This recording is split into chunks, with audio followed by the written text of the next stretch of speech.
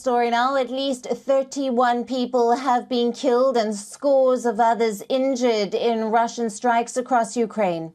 This is the biggest aerial attack since the start of the war 2 years ago. According to Ukrainian officials, schools, a maternity hospital, and shopping arcades were among the civilian buildings hit in the barrage.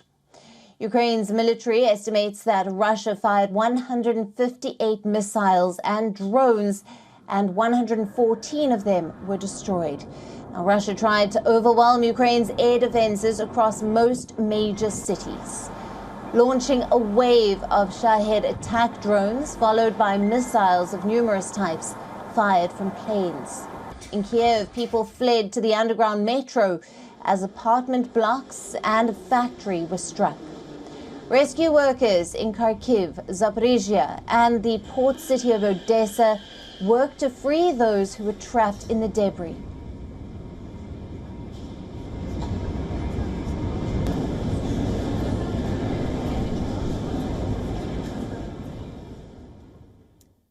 Now, multiple fatalities have been reported in the regions, with dozens injured, including children, as residential buildings were shelled.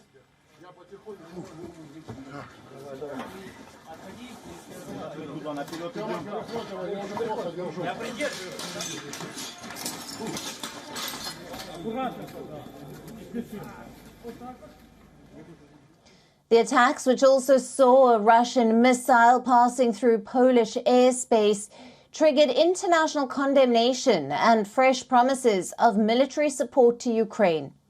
NATO member Poland's armed forces said that an unknown airborne object, which they identified as a Russian missile, entered the country's airspace from the direction of Ukraine for 3 minutes. Rakieta rosyjska wtargnęła w przestrzeń. A Russian rocket violated Poland's airspace. Our radars chased it until it left Poland's airspace, which was also confirmed by the NATO radar systems. On the other hand, ladies and gentlemen, as technology sometimes fails, we decided to perform an on-ground verification. We sent several troops to follow the expected trajectory of the rocket to see if the radar systems were right. Mają zweryfikować stwierdzony tor lotu pocisku, czy aby nie doszło do jakiejś pomyłki od strony technicznej. Meanwhile, the US has declared assistance for Poland over the missile incident. Now, meanwhile, according to the White House, US President Joe Biden is closely following reports of a missile temporarily entering Polish airspace. The White House added that National Security Advisor Jake Sullivan discussed the attacks in a call with his Polish counterpart, Jacek Siewera. Meanwhile, the United Nations has condemned the attacks and said that they must stop immediately. The Secretary General unequivocally condemns in the strongest possible terms today's appalling attacks on cities and towns across Ukraine. Attacks against civilian and civilian infrastructure violate international humanitarian law, are unacceptable and must stop immediately. The United Kingdom, on the other hand, will provide Ukraine with hundreds of air defense missiles.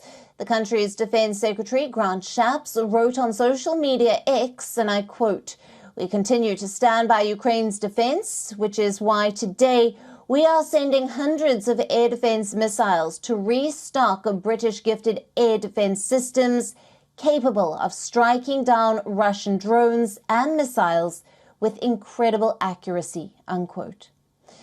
Now, according to a poll from the Russian Field Polling Group, 50% of Russians want the war in Ukraine to end in 2024. On the other hand, as per a US think tank, support for the war in Ukraine has hit rock bottom in Russia. As per the reports, the number of Russians who support the war have halved since February. The percentage has taken a nosedive from 22% in February to 12% in October of 2023.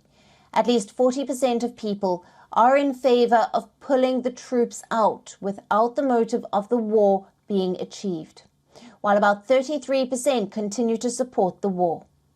Tying it to the larger picture, the Institute for the Study of War has said that the shrinking poll numbers for the war has left the Kremlin concerned over the 2024 presidential elections.